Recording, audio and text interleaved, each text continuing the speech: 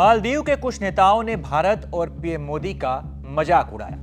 PM Modi Lakshadweep गए थे और लोगों से यहां पर आने की अपील की थी। इसके बाद वहां के नेताओं को यह बात रास नहीं आई कि मोदी जी लक्षद्वीप के पर्यटन का प्रचार कर रहे हैं। फिर क्या वहां के कुछ नेताओं ने बिना सोचे समझे पीएम मोदी और भारत का ट्विटर पर, जिसका नाम अब एक्स हो गया है, वहां मजाक उड़ा दिया। फिर क्या था, भारत ने आंख दिखाई, लोगों ने मालदीव को बॉयकॉट करना शुरू कर दिया तो मालदीव बैकफुट पर आ गया।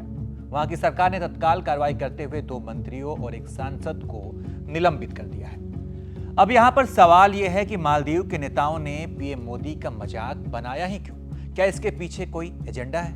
मालदीव के नेता जिन द्वीप के लिए भारत को चुनौती देने की कोशिश कर रहे हैं, दरअसल उनमें से कई द्वीप ऐसे हैं जिसे चीन ने पट्टे पर लिया है और ये वो द्वीप हैं जिन पर चीन अगले 50 साल तक अपनी रणनीति के मुताबिक ही काम करेगा। इन द्वीपों में मालदीव का सीधे तौर पर कोई भी दखल नहीं होगा। ऐसे में बड़ा सवाल यही उठता है कि क्या मालदीव के मंत्री चीन के लिए अपना सीना ठोक रहे हैं? दरअसल मालदीव में चीन की ओर से पट्टे पर दिए गए कई द्वीपों की जानकारी सामने आने के बाद वहां की सियासत में उथल-पुथल मचा हुआ है। वर्तमान सरकार को निशाने पर लेते हुए स्थानीय लोग इस बात से नाराज हैं कि चीन ने उनके द्वीपों को क्यों ले लिया।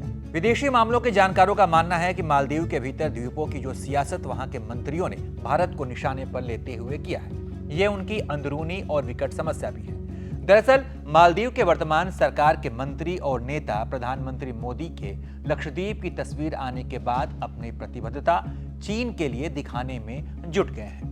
उनका कहना है कि चीन ने मालदीव में बड़ा निवेश किया है। जब प्रधानमंत्री मोदी ने लक्षद्वीप की तस्वीरें और लक्षद्वीप पर्यटन की बात कही तो मालदीव को लगा कि उसकी सबसे बड़ी अर्थव्यवस्था डगमगा जाएगी, क्योंकि मालदीव की बड़ी अर्थव्यवस्था में पर्यटन का सबसे ज्यादा योगदान है।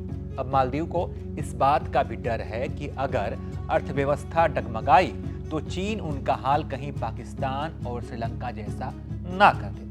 वैसे में आपको क्या लगता है कि मालदीव के मंत्रियों ने चीन के कहने पर चीन को खुश करने के लिए भारत और पीएम मोदी का मजाक उड़ाया था, और अब जब मजाक उड़ा दिया, कार्रवाई हो गई, तो आपको क्या लगता है, क्या इससे मालदीव के पर्यटन पर असर पड़ेगा? इसके बारे में आप अपनी राय कमेंट कर बताइए और तमाम अपडेट्स के लिए आप देखते रहिए एबीपी लाइव।